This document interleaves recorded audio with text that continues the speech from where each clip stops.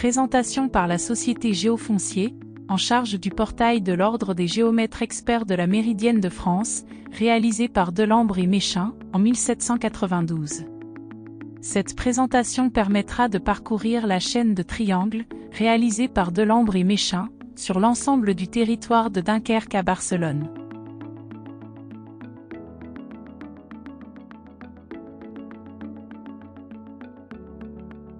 Cette courte présentation a pour objectif de présenter une sélection de sites de mesure de l'arc du méridien. Les relevés ont été effectués entre les années 1792 et 1798. Une interface plus complète sera mise en place dans les prochaines semaines dans le portail Géofoncier grand public, présentant l'ensemble des sites de la triangulation, avec les données qui y sont rattachées.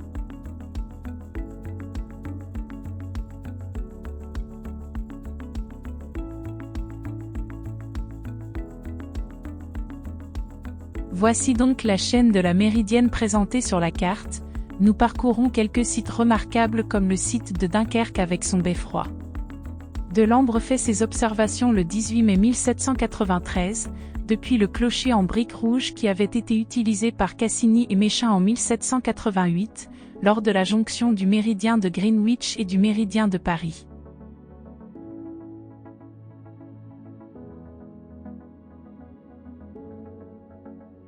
Delambre triangule en février 1793 depuis le dôme du Panthéon, tous les sites de la ville de Paris. Il effectue les observations depuis un observatoire construit sous la lanterne du Panthéon, qui a été remplacé depuis par une croix, au moment de la Révolution.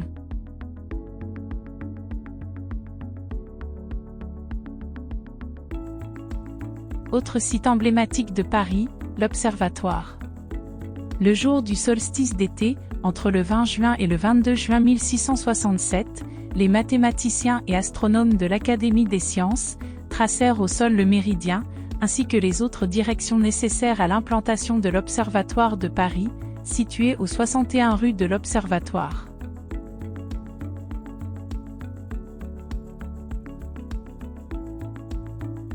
En septembre 1792, Delambre commence par effectuer une reconnaissance des environs de Paris.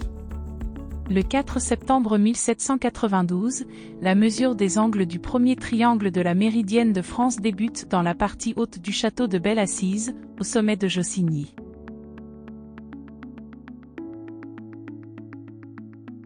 Sur la route royale de Melun à Lieusaint en Seine-et-Marne, Delambre commence la mesure de la base le 24 avril 1798 et la termine le 3 juin 1798.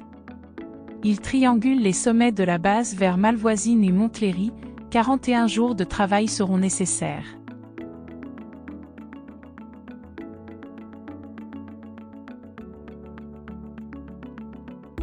En 1795, Delambre et Bellet arrivent à la cathédrale de Bourges, après avoir gravi les 396 marches.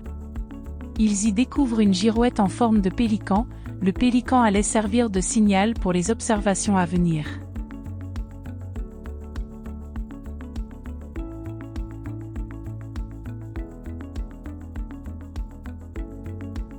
Pendant l'été 1796, Delambre mesure cette station, entre Bourges et Évaux dans la Creuse, dont la magnifique tour de Saint-Amand-Montrond.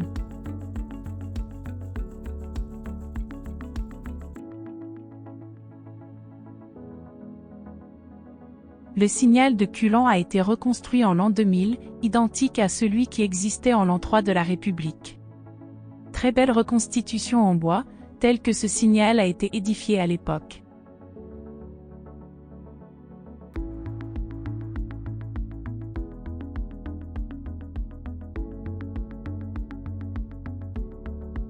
Le 26 août 1797, Delambre arrive à Rodez avec Bellet et Tranchot. Ils vont observer les stations du haut de la cathédrale.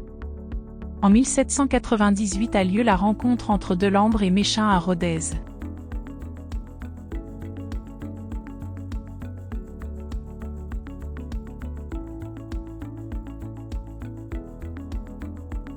Au Puy Saint-Georges, Méchain s'installe dans les ruines d'une ancienne abbaye médiévale, une station qui existe encore.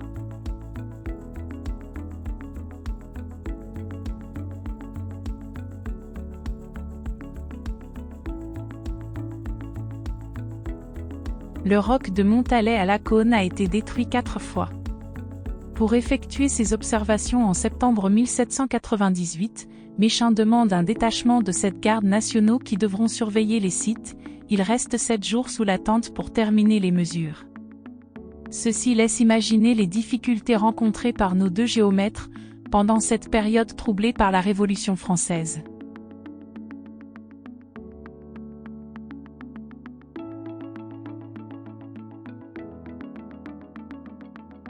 Le signal formé d'un baliveau au pic de Bugarac a été planté en Vendémiaire de l'an 2, en septembre 1793 dans le trou creusé dans le roc en 1739.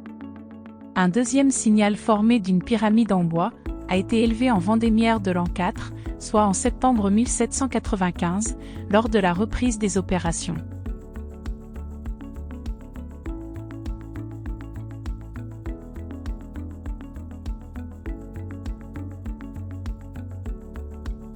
La borne de Vernay, à Perpignan, a été mesurée par Delambre, accompagné de Tranchot et Bellet, le 6 décembre 1798. Il pose les premières règles, mises en place par Méchain et son équipe en 1796. Au bout de 43 jours de mesure, cette opération est terminée. À cet endroit, une fresque en trompe-l'œil représente la buvette de la Méridienne, avec Delambre et Méchain qui procèdent à des mesures.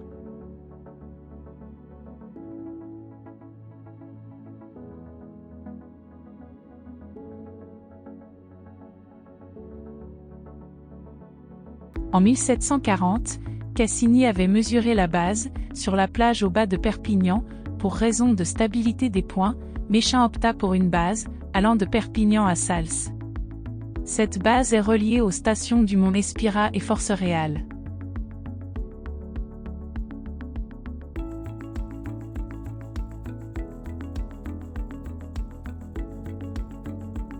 Après une première série de mesures en 1792, Méchain et Henri Lé effectuèrent des observations, les 23 et 24 octobre 1803 à la chapelle Notre-Dame de Monstera à Saint-Jeroni, dans le cadre de la prolongation des mesures, jusqu'aux Baléares. Aujourd'hui la chapelle a disparu, le site est occupé par les piliers géodésiques de l'IGN espagnole.